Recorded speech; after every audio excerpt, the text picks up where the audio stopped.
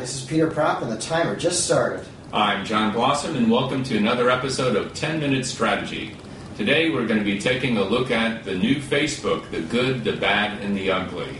Well, if you could make more changes in 1 week to a product, I'd be hard-pressed to think of when. You know, and the truth is, the change they really want to make, that people are excited about, they haven't made yet.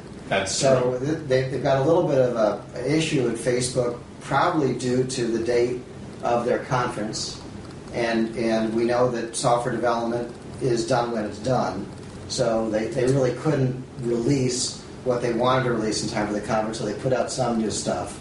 Unfortunately, the stuff they put out doesn't make a whole lot of sense. But before we get into that, let's talk about leadership companies who sometimes make changes that we just don't quite understand. It's an interesting phenomenon. We've seen it most recently with HP, who announced a few months ago, pre-announced a plan to get rid of their PC division, yeah. which really was so illogical a decision. And let's just go through it a little bit.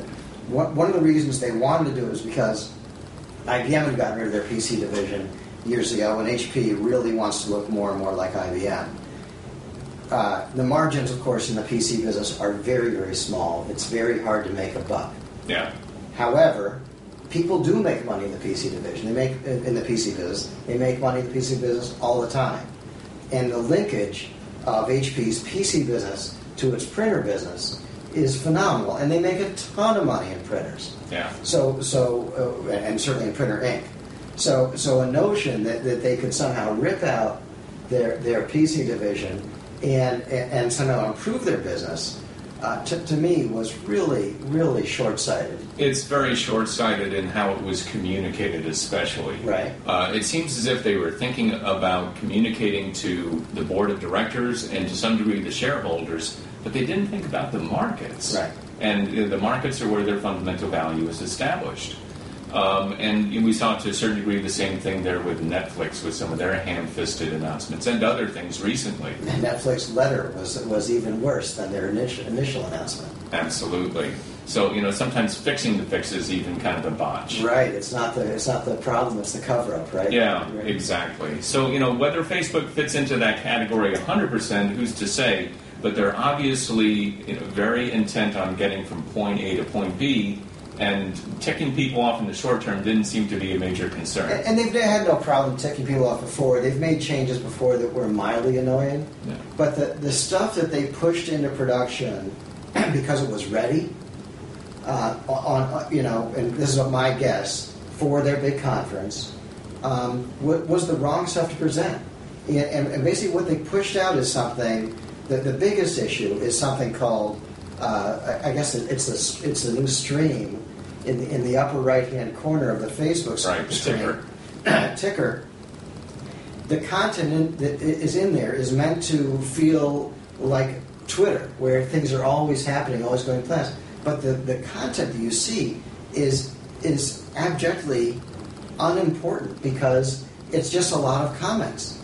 And some of the comments, as we know on Facebook, are okay, or yes, or that's funny, or other non-important stuff, whereas the content that goes up on Twitter, people have actually thought about. They've constructed 140 whatever characters intentionally, and they put it up intentionally, and they propagate it intentionally, right. And it has meaning. And they construct that content with an particular kind of audience Absolutely. in mind. The ticker window there in Facebook, in a sense, has a problem because it's taking content that was meant for a different context and trying to put it in a new right. context and say, now it's more relevant. Right. It's more fresh, more real-time, and yet people are still using the tools with their limitations and their strengths for a different context when they create the content. Right. It really is a solution in search of a problem. In fact, it creates a problem for Facebook.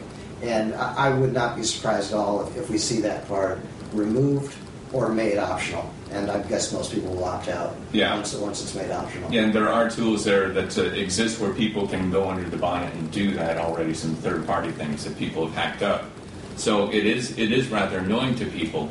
But a lot of this is Me Tooism right. in a backhanded way in response to Google+. Right. and Facebook trying to find its long-term path there. Right. Whereas Facebook and Google Plus really are after pretty different audiences. I mean, Google would love to be in the Facebook business. They're not, and I don't think they're going to be there in any time near soon. So Facebook, if I'm they being just quiet focus, here, mind you. if Facebook would just focus on being Facebook and doing it better, Yeah. I think they can compete with Google for many, many years. If they try to shift strategies a lot, they're going to lose people. Well, I think the risk that they're taking, and it's a calculated risk, is to say, let's do some of this Me Too stuff right off the bat, so we can just get it off the checklist and say, oh yeah, Facebook does that too.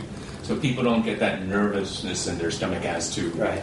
Should I try Google Plus, even as Google Plus is still pretty new and needs a lot of development. Mm-hmm. But at the same time, if once they get that out of the way, as some of these competitive services come along, some of these more long-term fixes that they have in the pipeline, such as profiles and Right. Open Graph, are going to be absorbed a little bit more readily. Right. The profile plan is phenomenal for Facebook. They've really laid it out beautifully. You can search it online.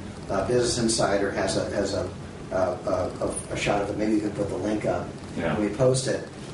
Where basically you'll be able to choose an image and spread it out across the screen. So it's my picture and it's an image of me camping. And that's the image that I choose for people to see when they encounter me. They want to know more about what I've been doing lately. I put up my favorite image from the past year, 10 years, whatever, and they know that that's what I'm thinking about. Yeah. And it's a great idea, and it's clean, and it's attractive.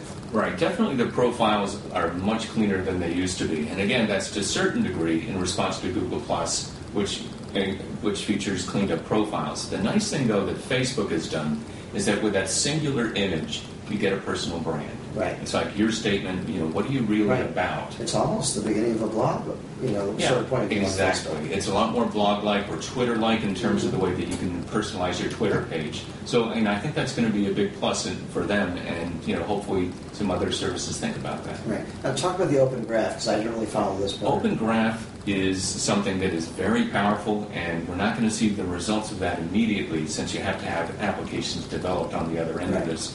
But Well, we know coders, several Yeah. different companies, many companies, they're touching on Facebook's API, Right. this graph, but they've done some changes to it. So there's a right? programming interface out there that will allow apps to feed information into Facebook without you saying, Mother may I, every single time that the app wants to do something. Right. So that means that you can have status notifications going into your Facebook stream from apps automatically. Right. So that's going to enrich automatically all the sorts of things that apps can do to communicate what they're doing in relation to your context.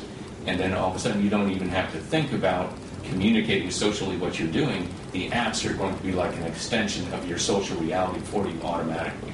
Cool. So that's going to be a big one. Interesting. Well, Facebook is going to do some great work. So we know they're going to make this stream optional. I almost guarantee it. And when this profile thing comes, I think everyone's going to understand their vision long term.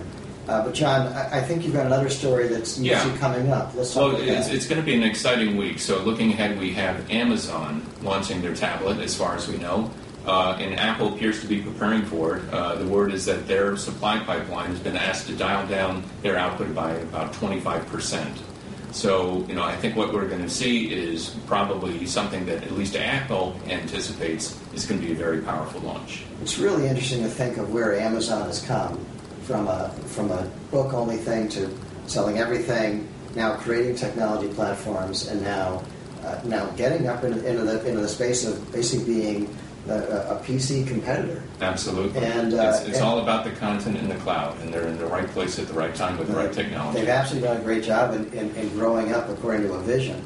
But I sort of find it fascinating that Apple knows enough about the Amazon iPad competitor to feel like they need to be prepared. And the lurking question is, have they seen a slowdown in demand already from wait-and-see behavior? We'll have to see. It's very interesting. Very interesting. Well, I think we've wrapped up another episode of 10 Minute Strategy. They go so fast. It feels like 8 minutes, 5 minutes. But thanks a lot for taking the time to listen. I'm Peter Prop from Shore Communications. I'm John Blossom, and thank you again for listening to 10 Minute Strategy. See you soon.